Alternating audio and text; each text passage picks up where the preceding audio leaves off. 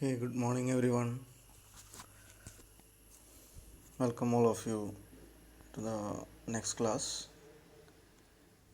We are continuing different methods of attacking a computer system. Either attack may be from a white hat or a black hat attacker. In order to prevent, as we know, in order to prevent the attack from black hat hacker, we must know what are the methods and what are the ways that black hat hacker may go through in order to commit the attack. So it is very important to know all aspects of threats related to a computer system. So as a part of this, we have seen many other methods for getting a computer system attacked. Now we move on to the next one, next type of attack called virus. This is a widely known term in biology, also in our living ecosystem. The existence of viruses is evident. So similar to that, in computer systems, that means software part of the computer system, we consider a set of malicious software as virus. Its expansion can be considered like this: vital information resources under siege. So all the vital information resources in our computer systems are under threat. That's the meaning of this virus, or they can be attacked at any time. That's the meaning of virus. Just like a biological virus, it penetrate into the living system, human body or any living body from outside without the permission of the living being, and it may be hidden for a particular duration of time after penetrating or after um, entering into the living system through unauthorized way. It may be hidden or it may be in dormant state for a period of time, but later, whenever the favorable time comes, it comes out of its dormant state and become active and start its malicious activities. That means it starts to attack the body where it is in. In the similar way, here also viruses, a software virus without the permission of the actual user, it enters into the computer system, usually through network or through some removable media or similar, and it may start attack instantly, or it may go to a dormant state for a particular amount of time, waiting for favorable time to come, and it starts attack once it detects that the time has come for attack. That's a peculiarity of virus. So computer virus, it's a malicious piece of computer code designed to spread from device to device. That is another property of virus. A virus need not be a single entity. It can be a single entity upon entering the computer system, but after entering into the computer system, it starts to replicate itself. It creates its what I can say, its duplicates. It starts to replicate itself so that its number will be huge within a short span of time. That is a virus. A subset of malware, these self copying threats are usually designed to damage a device or steal a data. These are not passive form of attack. This is very active form of attack itself. Why? Because it's really a threat to uh, almost everything. That means including software and hardware. It can cause harm to even our hardware. That means even hard disk, some portion of hard disk may become inactive as a result of this virus attack. That's the main dangerous thing regarding a virus. It can cause damages to both software and hardware parts. So its mode of operation is like this: it gets unauthorized access into the computer system and may be active instantly, or may be active after a particular period of time, amount of time. That means whenever till favorable time comes, and immediately it gets active, then starts starts attacking both software and hardware. That means depending upon the type of the program inside it. If the program is intended to attack the hardware part, then it attack the hardware. Otherwise, it attacks software terms alone, software entities alone. That is the nature of a computer virus. And now, as we said earlier, biological virus, it makes us sick. It potentially nasty, keeps you from functioning normally, and often requires something powerful to get rid of it. Similar to that, we uh, usually take antibiotics in order to kill these viruses that have been intruded into our human body. Similar to that, here also we need some kind of antibodies uh, in order to eliminate these viruses that affected our computer system.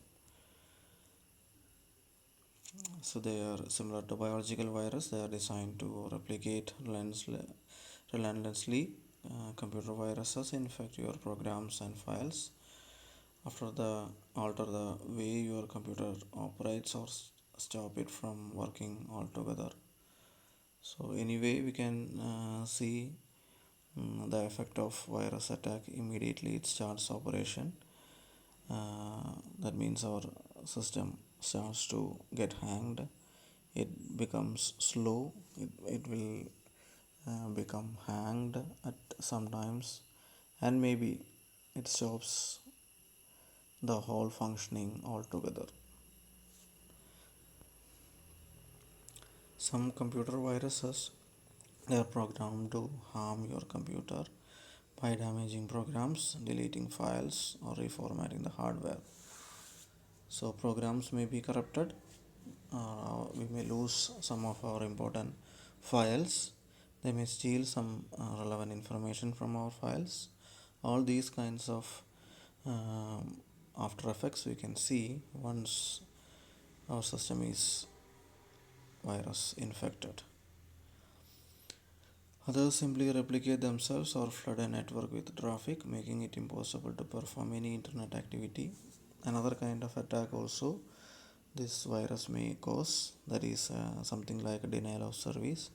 That means they may replicate themselves to huge numbers, and they will cause some network jams, network blocks, or similar, in order to deny the services to the users. That means the whole system will be dealing with this virus activities. That means the programs inside the viruses, they may be the main focus of the whole system. Without knowing that these viruses are harmful, our CPU and memory, everything will be busy with executing these virus programs. So they will see no time to execute the genuine software or genuine task given by the actual user. So there is a denial of service. The actual service to be given to the genuine user is blocked permanently or temporarily by these virus programs. Even less harmful computer viruses can significantly disrupt your system's performance. We already said that as a result of this virus attack, we will get our computer very much slow. It um, slows down its speed. That means while dealing with these virus programs, our computer finds very little time to execute the genuine programs. That's how we get uh, a slow feeling while executing our applications, and altogether there is a chance for getting our system hanged. That's a um, mode of attack of virus and after effect of virus. This is all about viruses. And there is one more kind of attack that is possible in computer system, that is known as Trojan horse. You might have heard this term Trojan horse before in Greek mythology. Related to Greek mythology, this Trojan horse is an important um, character. It's not a living horse, it's a wooden horse only. But even then, this Trojan horse helped the Greek people to conquer another country, namely Troy. These Greek people started war with this Troy people, uh,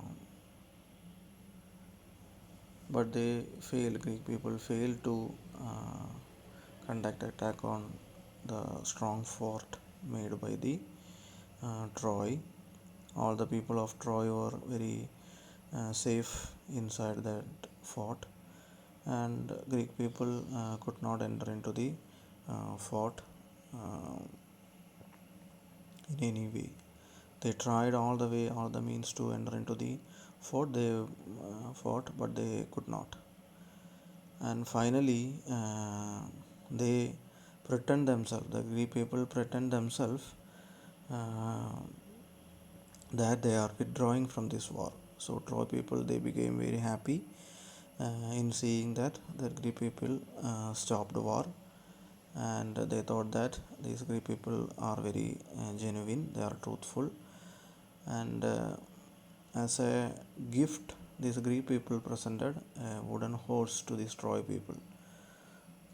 So by believing uh, these Greek people, this Troy people accepted that gift from this uh, Greek, that means that wooden horse, and they took that wooden horse into their fort. But what that Greek people did was that they actually had many soldiers hidden inside that wooden horse. That hidden horse was a hollow one, and inside it, that wooden horse, there were many soldiers hidden. Without knowing all these things, these Troy people took that wooden horse inside that fort, and during night time, these soldiers, they came out of this wooden horse, and they opened the fort entry for the soldier Greek soldiers waiting outside, and the Greek soldiers entered inside the fort, and they conquered the Troy fort forever. Okay, there was a huge cheating that the Greek people did on Troy people, but anyway, the Greek people conquered the Troy people with the help of this Trojan horse. So this is a Trojan horse. Similar to that, here also, whenever we have certain programs which impersonate themselves as genuine, whenever the user sees that program, he gets a feeling that it's a genuine program, but inside that Trojan horse program there will be many malicious software, malicious codes hidden.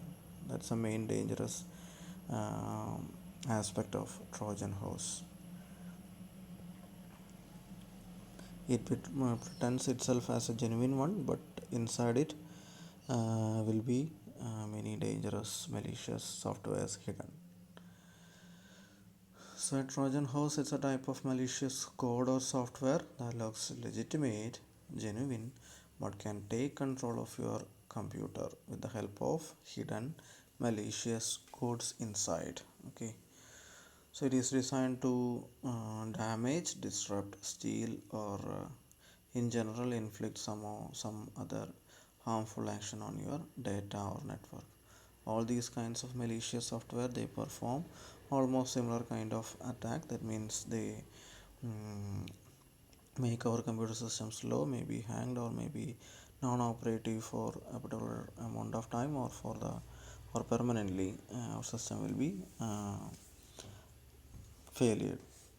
And they can cause hardware damages. That means a certain portion of the hardware, that means hard disk may be disabled, or they can unleash their attack on various software installed in our computer system, including operating system.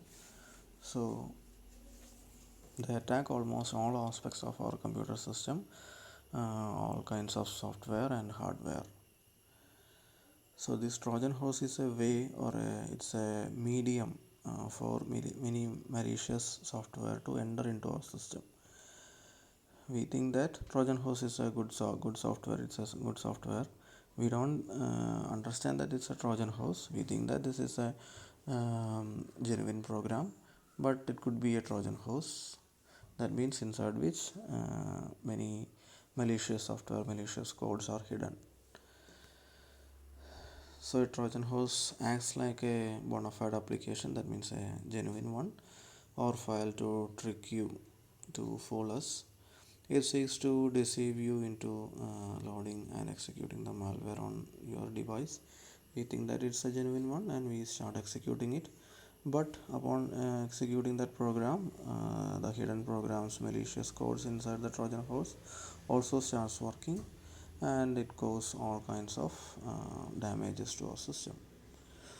Once installed, a Trojan can perform the action it was designed for. So, depending upon the kind of the malicious codes inside this Trojan horse, its attacks vary. Trojan horse is sometimes called a Trojan virus or a Trojan horse virus, but that's a misnomer.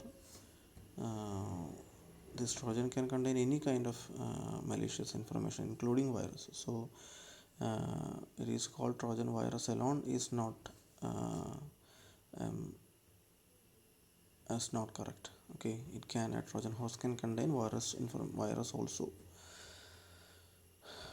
A Trojan itself cannot replicate themselves, unlike viruses. A user has to execute Trojans. Even so, Trojan malware and Trojan virus are often used interchangeably. Here is a Trojan malware example. You might think you have received an email from someone you know and click on what looks like a legitimate attachment. If you get an file sent by a person you know, then you will not think that it's a malicious one. It's a genuine one. Its name may be like that. Its format may be like a genuine file, but it could be a Trojan too. But you have been fooled. The email is from a cyber criminal. There's a chance for that. And the file you clicked on and downloaded and opened has gone into install malware on your device. So the peculiarity of the Trojan horse is that it is activated only because of the action by the user. That means that Trojan horse it very smartly fool us. by creating a feeling that it's a genuine one.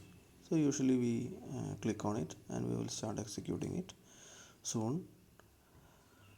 So upon executing this Trojan horse, it unleashes all the hidden malwares inside it and they starts their job.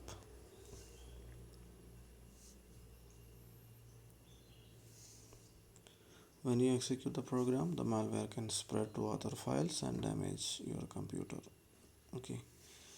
Now we will see different types of Trojan horses.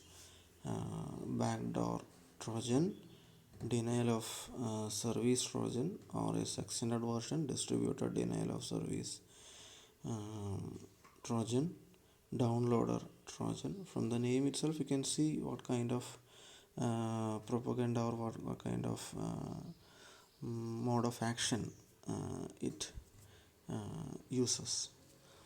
Downloader Trojan, fake AV Trojan, game thief Trojan, info stealer Trojan, mail finder Trojan, ransom Trojan. You might have heard this term ransom before. Recently, 1 or 2 years back, there was a massive attack from this kind of malware, ransomware, almost all over the world. Even developed countries they faced the attack from this ransomware.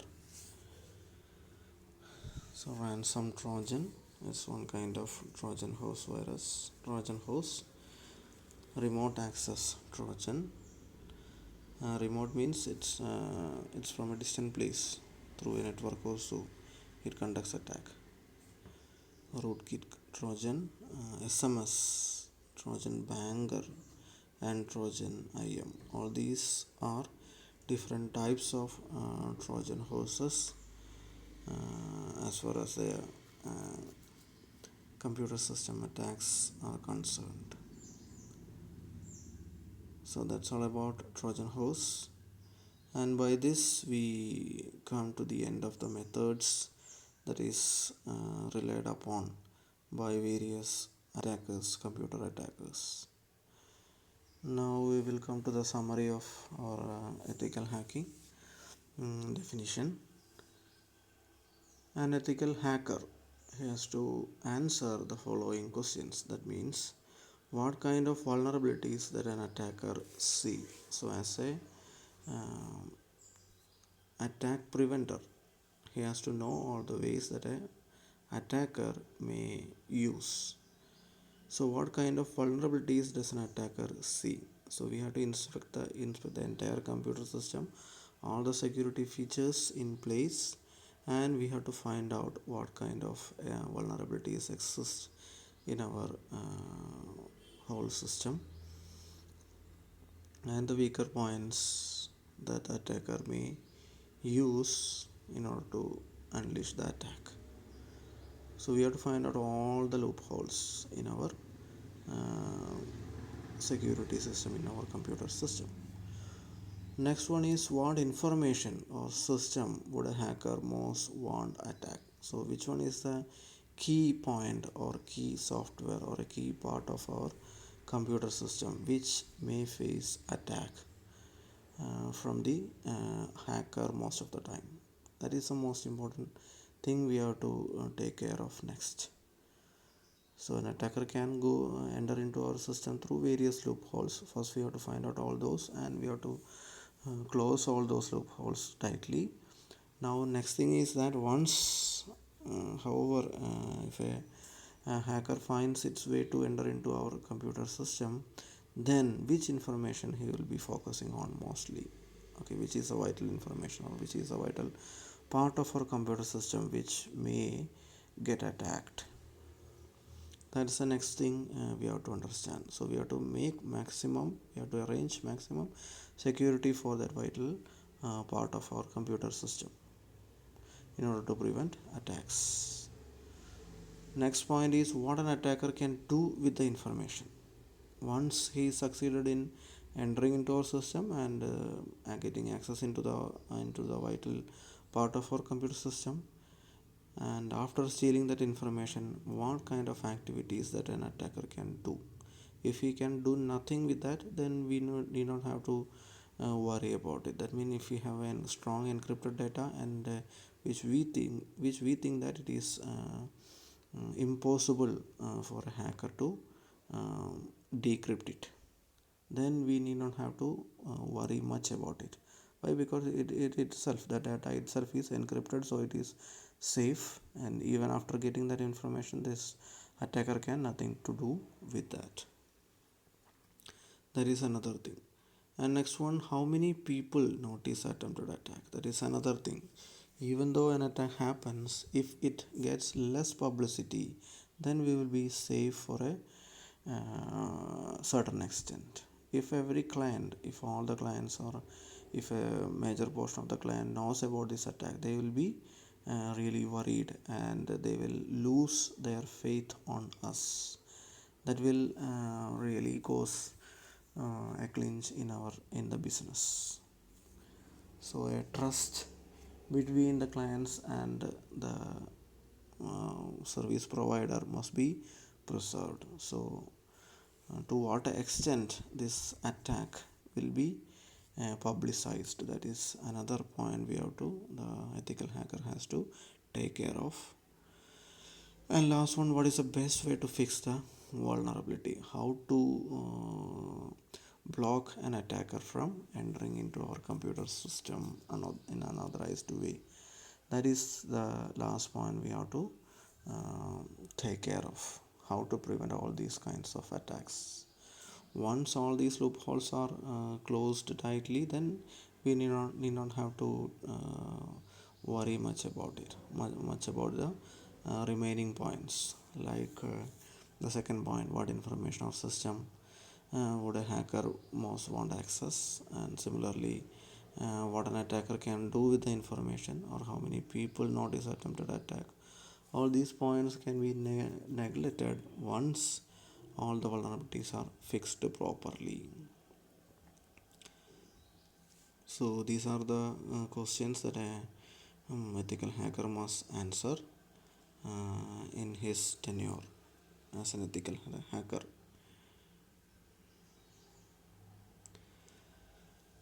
Now, the some of the benefits of employing or deploying an ethical hacker or a security personnel in our organization. First one, discovering vulnerabilities from the attacker's point of view so that weak points can be fixed. As we know, this is a primary duty of ethical hacker. All the loopholes must be fixed properly. Second one, implementing a secure network that prevents security breaches. All the network pathways are to be examined properly, and all the traffic need to be examined by the ethical hacker regularly in order to find out any chance of hacking.